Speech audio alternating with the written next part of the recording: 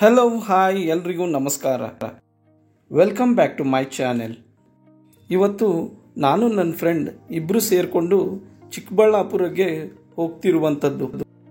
ಅಲ್ಲಿ ನಾವು ನಮ್ಮ ಕರ್ನಾಟಕದವರೇ ಆದ ಸದ್ಗುರು ಅವರು ಸ್ಥಾಪಿಸಿದ ಇಶಾ ಫೌಂಡೇಶನ್ನ ಆದಿಯೋಗಿ ಸ್ಟ್ಯಾಚ್ಯೂವನ್ನು ನೋಡಲು ಹೊರಟಿದ್ದೀವಿ. ನಮ್ಮ ಫ್ರೆಂಡ್ ಗಿರೀಶ್ ಬೈಕ್ ಓಡಿಸ್ತಾ ಇದ್ದಾನೆ. ಸ್ನೇಹಿತರೆ, ನಾನು ನಿಮಗೆ ಈ ವಿಡಿಯೋದಲ್ಲಿ ಈ ಸ್ಥಳ ಹಾಗೂ ಟೂರ್ ಮತ್ತು ಟ್ರಾವೆಲ್ ಗೈಡ್ ಬಗ್ಗೆ ಸಂಪೂರ್ಣವಾದ ವಿವರಣೆಯನ್ನು ಕೊಡುತ್ತಾ ಹೋಗುತ್ತೇನೆ. ಈ ವಿಡಿಯೋವನ್ನು ನೀವು ಕೊನೆವರೆಗೆ ಮಿಸ್ ಮಾಡದೆ ನೋಡಿ. ಯಾರೆಲ್ಲ ನನ್ನ ಚಾನಲ್ನ ಸಬ್ಸ್ಕ್ರೈಬ್ ಮಾಡದೆ ನೋಡ್ತಾ ಇದ್ದೀರಾ, ಈ ಕೂಡಲೇ ಸಬ್ಸ್ಕ್ರೈಬ್ ಮಾಡಿ. ಹೆಚ್ಚಿನ ಮಾಹಿತಿಗಳು ಮತ್ತು ವಿಡಿಯೋಗಳಿಗಾಗಿ ಪಕ್ಕದಲ್ಲಿರುವ ಬೆಲ್ ಐಕಾನ್ನ ಪ್ರೆಸ್ ಮಾಡಿ. ಹಾಗೆ ನಿಮ್ಗೆ ಏನಾದರೂ ಈ ವಿಡಿಯೋ ಇಷ್ಟ ಆದರೆ ಲೈಕ್ ಮಾಡಿ, ಕಮೆಂಟ್ ಕೂಡ ಹಾಕಿ. ಹೆಚ್ಚೇನು ಟೈಮ್ ವೇಸ್ಟ್ ಮಾಡದೆ ಸೀದಾ ವಿಡಿಯೋ ಕಡೆ ಹೋಗೋಣ. ಮುಂಚೆ ಇದು ಮಡ್ ರೋಡ್ ಆಗಿತ್ತು. ಈ ರೋಡ್ ಚೆನ್ನಾಗಿರಲಿಲ್ಲ ವೀಕ್ಷಕರೇ. ರೀಸೆಂಟಾಗಿ ಇಲ್ಲಿ ಟಾರ್ ರೋಡನ್ನು ನಿರ್ಮಿಸಿದ್ದಾರೆ. ಹಾಗಾಗಿ ನೀವು ಮೇನ್ ಗೇಟಿಂದ ಆದಿಯೋಗಿಗೆ ವಿದಿನ್ 5 ಮಿನಿಟ್ಸಲ್ಲಿ ಈಸಿಯಾಗಿ ರೀಚ್ ಆಗ್ಬೋದು. ನೀವು ಇಶಾ ಫೌಂಡೇಶನ್ನ ಈ ಆದಿಯೋಗಿ ಸ್ಟ್ಯಾಚ್ಯೂವನ್ನು ನೋಡಲು ಬಯಸಿದರೆ ಇದಕ್ಕೆ ತಲುಪಲು 2 ಮಾರ್ಗಗಳಿವೆ ವೀಕ್ಷಕರೇ. ಇದು ಬೆಂಗಳೂರಿನಿಂದ ಸುಮಾರು 72 ಕಿಲೋಮೀಟರ್ ದೂರವಿದೆ. ಒಂದು, ನೀವು ಬೆಂಗಳೂರಿನಿಂದ ನಿಮ್ಮದೇನಾದರೂ ಓನ್ ವೆಹಿಕಲ್ ಇದ್ದರೆ ಕಾರು ಅಥವಾ ಬೈಕು, ನೀವು ಗೂಗಲ್ ಮ್ಯಾಪ್ ಲೊಕೇಶನನ್ನು ಬಳಸಿಕೊಂಡು ಈ ಸ್ಥಳವನ್ನು 72 ಕಿಲೋಮೀಟರ್ ಕ್ರಮಿಸಿದರೆ ತಲುಪಬಹುದು. ಬೆಂಗಳೂರಿನಿಂದ ಮೇನ್ ಗೇಟ್ವರೆಗೆ 65 ಕಿಲೋಮೀಟರ್, ನಂತರ ಮೇನ್ ಗೇಟಿಂದ ಒಳಗಡೆ ನೀವು 5 ಮೀಟರ್ ಕ್ರಮಿಸಿದರೆ ಈ ಸ್ಥಳವನ್ನು ತಲುಪಬಹುದು. ಎರಡನೇದಾಗಿ, ಬೆಂಗಳೂರಿನಿಂದ ನೀವು ಚಿಕ್ಕಬಳ್ಳಾಪುರವರೆಗೆ KSRTC ಬಸ್ನಲ್ಲಿ 58 ಕಿಲೋಮೀಟರ್ ಕ್ರಮಿಸಬೇಕು. ಅಲ್ಲಿಂದ ನೀವು ನಗರ ಸಾರಿಗೆ ಮುಖಾಂತರ 12 ಕಿಲೋಮೀಟರ್ ಕ್ರಮಿಸಿದರೆ ಈ ಸ್ಥಳವನ್ನು ತಲುಪಬಹುದು. ಸ್ನೇಹಿತರೆ, ಚಿಕ್ಕಬಳ್ಳಾಪುರದಿಂದ ಇಲ್ಲಿಗೆ ನೇರವಾಗಿ ನಗರ ಸಾರಿಗೆ ವ್ಯವಸ್ಥೆ ಇದೆ. ಅಲ್ಲಿ ನೋಡಿ ವೀಕ್ಷಕರೇ, ದೂರದಲ್ಲಿ ಸ್ಟ್ಯಾಚ್ಯೂ ಕಾಣ್ತಾ ಇದೆ. ಈ ದಾರಿಯುದ್ದಕ್ಕೂ ಅಕ್ಕಪಕ್ಕದಲ್ಲಿ ನೀವು ಸ್ಟಾಲ್ಸ್ಗಳನ್ನು ನೋಡ್ಬೋದು. ಇಲ್ಲಿ ಅಂಥದ್ದೇನು ದೊಡ್ಡ ರೆಸ್ಟೋರೆಂಟ್ಸ್ಗಳು ಇಲ್ಲ ಅನಿಸುತ್ತೆ ವೀಕ್ಷಕರೇ. ಈ ಸ್ಟಾಲ್ಸ್ಗಳಲ್ಲಿ ಸಾಮಾನ್ಯವಾಗಿ ಕುರ್ಕುರೆ, ಚಿಪ್ಸು, ಲೇಸು ಹಾಗೂ ಎಳ್ನೀರು, ಜ್ಯೂಸು ಅಂಥದ್ದೆಲ್ಲ ನಿಮಗೆ ಸಿಗುತ್ತದೆ. ಇಲ್ಲಿ ಸ್ವಲ್ಪ ರೋಡು ಕರ್ವ್ ಆಗಿರೋದ್ರಿಂದ ವಿಡಿಯೋ ಶೇಕ್ ಆಗ್ತಾ ಇದೆ, ಹಾಗಾಗಿ ಏನು ತಿಳ್ಕೊಬೇಡಿ.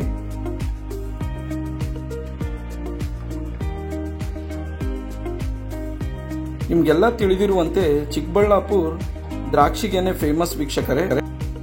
ಹಾಗಾಗಿ ನೀವು ಇಲ್ಲಿ ಫಾರ್ಮಿಂದ ತಂದಿರುವ ಕಪ್ಪು ಹಾಗೂ ಹಸಿರು ದ್ರಾಕ್ಷಿಗಳನ್ನು ರಸ್ತೆಯ ಬದಿಗಳಲ್ಲಿ ಮಾರುತ್ತಿರುವುದನ್ನು ನೋಡಬಹುದು ವೀಕ್ಷಕರೇ. ಡೈರೆಕ್ಟ್ ಫಾರ್ಮಿಂದ ತಂದು ಮಾರುವುದರಿಂದ ಸ್ವಲ್ಪ ರೇಟ್ ಜಾಸ್ತಿನೇ ಇರುತ್ತೆ, ನೀವು ಬಾರ್ಗೇನ್ ಮಾಡಬೇಕಾಗುತ್ತದೆ ವೀಕ್ಷಕರೇ. ನಾವು ಈಗ ಈ ಪ್ಲೇಸ್ನ ಬಂದು ತಲುಪಿದ್ದೀವಿ. ಈ ಆದಿಯೋಗಿ ಪ್ರಿಮೈಸಸ್ನಲ್ಲಿ ನೀವು ಏನೆಲ್ಲ ನೋಡ್ಬೋದು ಅಂತಂದರೆ, ಮೊದಲನೆಯದಾಗಿ ಎಂಟ್ರೆನ್ಸಲ್ಲಿ ನೀವು ನಾಗಮಂಟಪ, ಹಾಗೆ ಒಳಗಡೆ ಎಂಟ್ರಿ ಆದರೆ ನೀವು ಯೋಗೇಶ್ವರ ಲಿಂಗ ಹಾಗೂ ಆದಿಯೋಗಿ ಸ್ಟ್ಯಾಚ್ಯೂವನ್ನು ಇಲ್ಲಿ ನೋಡಬಹುದಾಗಿದೆ. ಇಲ್ಲಿ ಇನ್ನೊಂದು ವಿಶೇಷತೆ ಏನಂದರೆ, ನಾನು ನೋಟಿಸ್ ಮಾಡಿದ ಪ್ರಕಾರ ವೆಹಿಕಲ್ ಪಾರ್ಕಿಂಗ್ ಒಂದು ಬಿಟ್ಟು ಉಳಿದೆಲ್ಲ ಸೌಲಭ್ಯಗಳು ಇಲ್ಲಿ ಫ್ರೀಯಾಗಿ ಸಿಗುತ್ತವೆ ವೀಕ್ಷಕರೇ. ಇವೆನ್ ಸ್ಲೀಪರ್ ಕೌಂಟರ್ ಸೇವೆ ಕೂಡ ನಿಮಗೆ ಫ್ರೀಯಾಗಿ ಸಿಗುತ್ತದೆ ವೀಕ್ಷಕರೇ. ಅದಕ್ಕೆ ಅವರು ಯಾವುದೇ ಚಾರ್ಜ್ ಮಾಡುವುದಿಲ್ಲ. ನಾವು ವೀಕೆಂಡಲ್ಲಿ ಬಂದಿರೋದ್ರಿಂದ ಎಲ್ಲಿ ನೋಡಿದರೂ ಜನವೋ ಜನ. ಅಲ್ಲಿ ಎದುರುಗಡೆ ಕಾಣ್ತಾ ಇದೆಯಲ್ಲ, ಅದೇ ನಾಗಮಂಟಪ, ಎಂಟ್ರೆನ್ಸ್ ಟು ಆದಿಯೋಗಿ.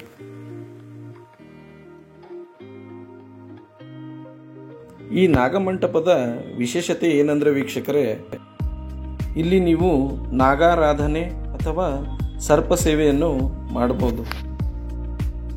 ಈ ಸರ್ಪ ಸೇವೆ ಪೂಜಾ ವಿಧಿವಿಧಾನಗಳ ಕಾಸ್ಟ್ ಬಂದ್ಬಿಟ್ಟು 3,300 ರೂಪಾಯಿ ಆಗಿರ್ತದೆ. ನೀವೇನಾದರೂ ಸರ್ಪಸೇವೆ ಪೂಜೆ ವಿಧಾನಗಳನ್ನು ಮಾಡಿಸಬೇಕಂತ ಬಯಸಿದರೆ ನೀವು ಇವರ ವೆಬ್ಸೈಟ್ನಲ್ಲಿ ಆನ್ಲೈನ್ ಮೂಲಕ ಸ್ಲಾಟನ್ನು ಬುಕ್ ಮಾಡಬೇಕಾಗುತ್ತದೆ. ಈ ನಾಗಮಂಟಪದಲ್ಲಿ ಫೋಟೋಗ್ರಫಿ ಹಾಗೂ ವಿಡಿಯೋಗ್ರಫಿ ಮಾಡುವುದಕ್ಕೆ ಅನುಮತಿ ಇಲ್ಲ. ಈ ಸರ್ಪಸೇವೆ ಪೂಜೆಯನ್ನು ಒಂದು ಸಲ ಒಟ್ಟಿಗೆ ಯಾರಾದರೂ 2 ಜನ ಮಾತ್ರ ಮಾಡಬಹುದು ವೀಕ್ಷಕರೇ. ಓನ್ಲಿ ಕಪಲ್ಸ್ ಮಾತ್ರ. ಅದು ನವವಧುವರರಾಗಿರ್ಬೋದು ಅಥವಾ ಆಲ್ರೆಡಿ ಮದುವೆ ಆಗಿರೋರಾಗಿರ್ಬೋದು.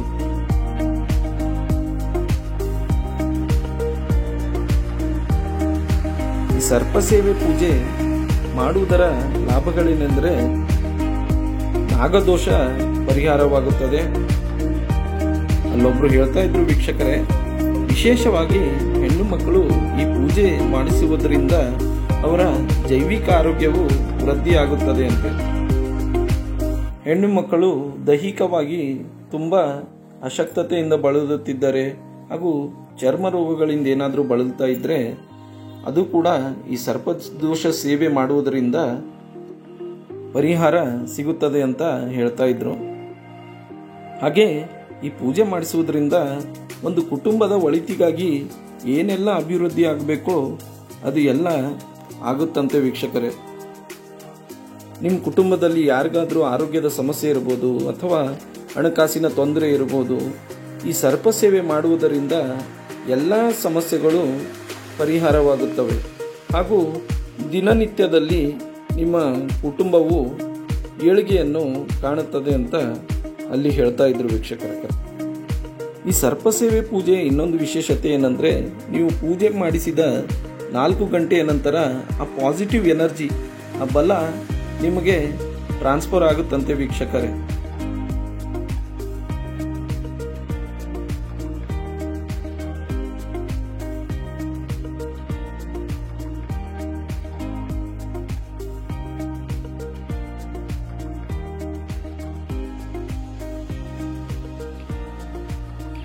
ಈ ಆದಿಯೋಗಿ ಸ್ಟ್ಯಾಚ್ಯೂನ ವಿಶೇಷತೆ ಏನಂದರೆ, ಇದು 112 ಅಡಿ ಎತ್ತರವಾಗಿದೆ ವೀಕ್ಷಕರೇ. ಯಾಕೆ ಇದು 112 ಅಡಿ ಎತ್ತರವಾಗಿದೆ ಅಂತ ನೀವು ಕೇಳಬಹುದು. ಇದು ಯೋಗ ಸಂಸ್ಕೃತಿಯ ಪ್ರಕಾರ ಮೋಕ್ಷವನ್ನು ಸಾಧಿಸುವುದಕ್ಕೆ 112 ಸಾಧ್ಯತೆಗಳಿವೆ ಅಂತೆ. ಹಾಗೆ ಹ್ಯೂಮನ್ ಬಾಡಿ ಸಿಸ್ಟಮ್, ನಮ್ಮ ಮಾನವ ಶರೀರದಲ್ಲಿ 112 ಚಕ್ರಗಳನ್ನು ಇದು ಸಂಕೇತಿಸುತ್ತಂತೆ ವೀಕ್ಷಕರೇ. ಹಾಗಾಗಿ ಆ ಪರಿಕಲ್ಪನೆಯನ್ನು ಇಟ್ಟುಕೊಂಡು ಸದ್ಗುರುಜಿಯವರು ಈ ಮೂರ್ತಿಯನ್ನು ಸ್ಥಾಪನೆ ಮಾಡಿದ್ದಾರೆ ವೀಕ್ಷಕರೇ.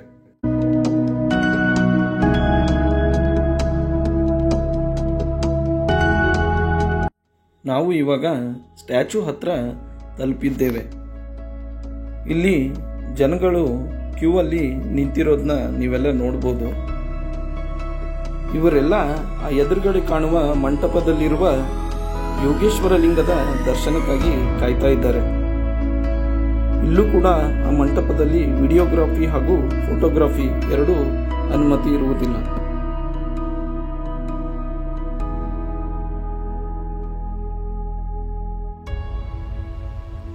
ಈ ಯೋಗೇಶ್ವರ ಲಿಂಗಕ್ಕೆ ನೀವು ವಿಶೇಷವಾದ ಪೂಜೆಯನ್ನು ಸಲ್ಲಿಸಬಹುದು. ಅದರಲ್ಲಿ ವಿಶೇಷವಾಗಿ ಮಹಾಮಸ್ತಕಾಭಿಷೇಕ, ಆರತಿ ಪೂಜೆ, ಬಿಲ್ವಪತ್ರೆ ಪೂಜೆ, ತುಪ್ಪದ ದೀಪ ಹಚ್ಚುವುದು, ಕುಜದೋಷ, ಹೀಗೆ ಮುಂತಾದ ಪೂಜೆಗಳನ್ನು ನೀವು ಇಲ್ಲಿ ಮಾಡಿಸಬಹುದು. ಒಂದೊಂದು ಪೂಜೆಗೂ ಒಂದೊಂದು ದರವನ್ನು ನಿಗದಿ ಮಾಡಲಾಗಿದೆ. 200, 300, 600 ಹಾಗೂ 1000ವರೆಗೂ ನೀವು ಪೂಜೆಯನ್ನು ಇಲ್ಲಿ ಮಾಡಿಸಬಹುದು.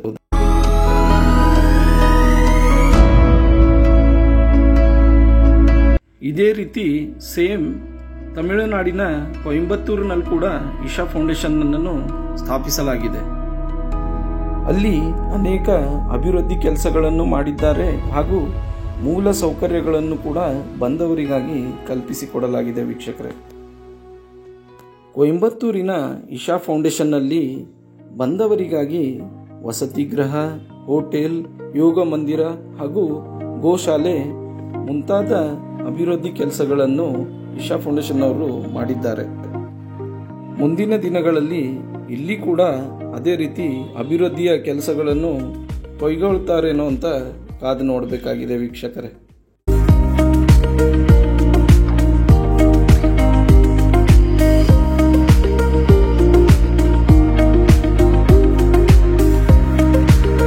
ಶಿವನಿಗೆ ಹಲವಾರು ಅವತಾರಗಳಿವೆ.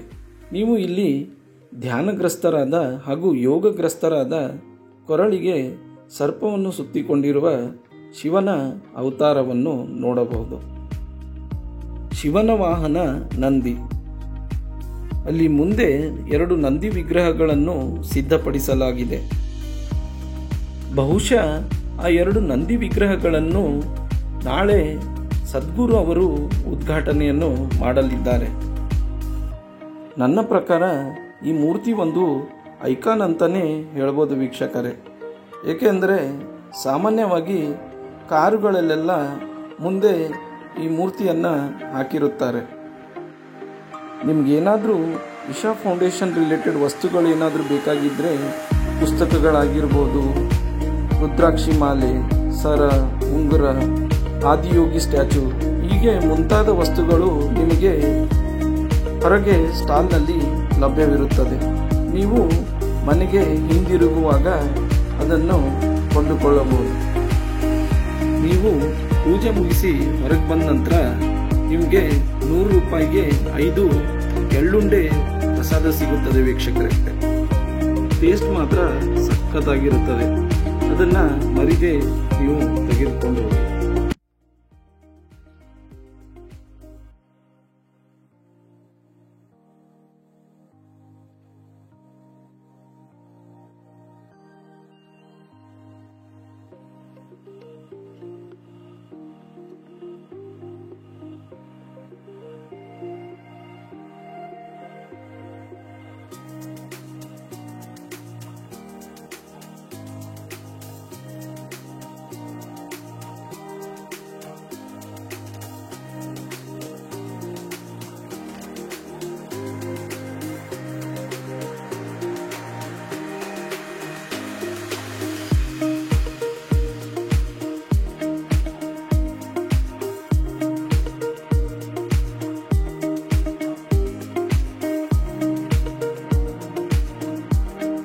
ನೋಡಿದ್ರಲ್ಲ ವೀಕ್ಷಕರೇ ಆದಿಯೋಗಿಯ ಮಹಾತ್ಮೆಯನ್ನು.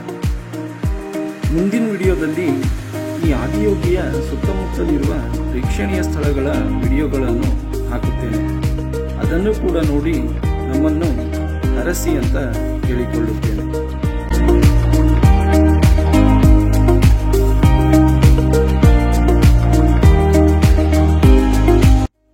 ನೋಡಿ, ಇಲ್ಲಿ ಉದ್ಘಾಟನೆಗೆ ಸಿದ್ಧಗೊಂಡಿರುವ ನಂದಿಯ ವಿಗ್ರಹಗಳು. ನೀವೆಲ್ಲರೂ ಈ ವಿಡಿಯೋನ ಎಂಜಾಯ್ ಮಾಡಿದ್ದೀರಿ ಅಂತ ನಾನು ಭಾವಿಸುತ್ತೇನೆ. ನಿಮ್ಗೆ ಏನಾದರೂ ಈ ವಿಡಿಯೋ ಇಷ್ಟ ಆದರೆ ಲೈಕ್ ಮಾಡಿ, ಶೇರ್ ಮಾಡಿ ಹಾಗೂ ನನ್ನ ಚಾನೆಲ್ನ ಸಬ್ಸ್ಕ್ರೈಬ್ ಮಾಡೋದನ್ನ ಮರಿಬೇಡಿ. ವಿಡಿಯೋ ವೀಕ್ಷಿಸಿದ್ದಕ್ಕಾಗಿ ಎಲ್ಲರಿಗೂ ಧನ್ಯವಾದಗಳು. ಮುಂದಿನ ವಿಡಿಯೋದಲ್ಲಿ ಇನ್ನೊಂದು ಏನಾದರೂ ಹೊಸ ವಿಷಯದೊಂದಿಗೆ ಮತ್ತೆ ಬರುತ್ತೇನೆ. Take care, tata, bye bye, see you soon.